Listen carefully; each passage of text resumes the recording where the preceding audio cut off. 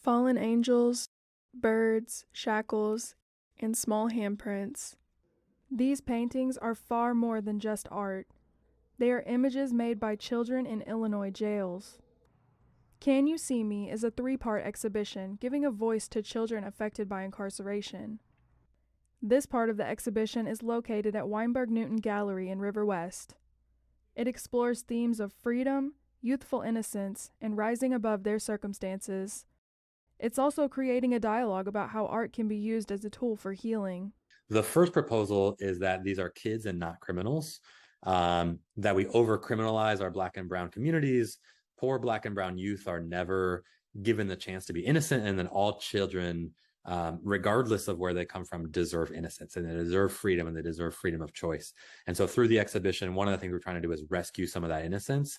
And that's why you see this sort of like transcendent theme of playing, of freedom. And so, we're dealing with this really heavy, traumatic subject matter in a way that is really aspirational. Devin Van Houten Maldonado is also a program director for Sky Art, which works with incarcerated youth by using art therapy to give them creative spaces to make pieces like these. These programs are spreading the word about the impact they're making here in the exhibition. I think they're doing a really great job because it's giving, these kids a way to express themselves, and plus like a way just to kind of like what the whole thing is about, like healing, and for them just to process everything that they've been through. And I feel like doing it through art is probably like the best way, to do things. And I feel like the way they are going about things are just really, I think it's a good way to go. Other arts justice groups who work closely with underserved communities, like the current and formerly incarcerated, also contributed pieces to the exhibit. Chicago-based organization Circles and Ciphers encourages incarcerated people to use rap verses to tell personal stories about freedom and the prison system.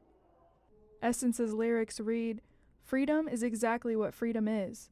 Being a free spirit, living, laughing, loving, being mad, sad, etc., and the feeling and free will to live and do as you please.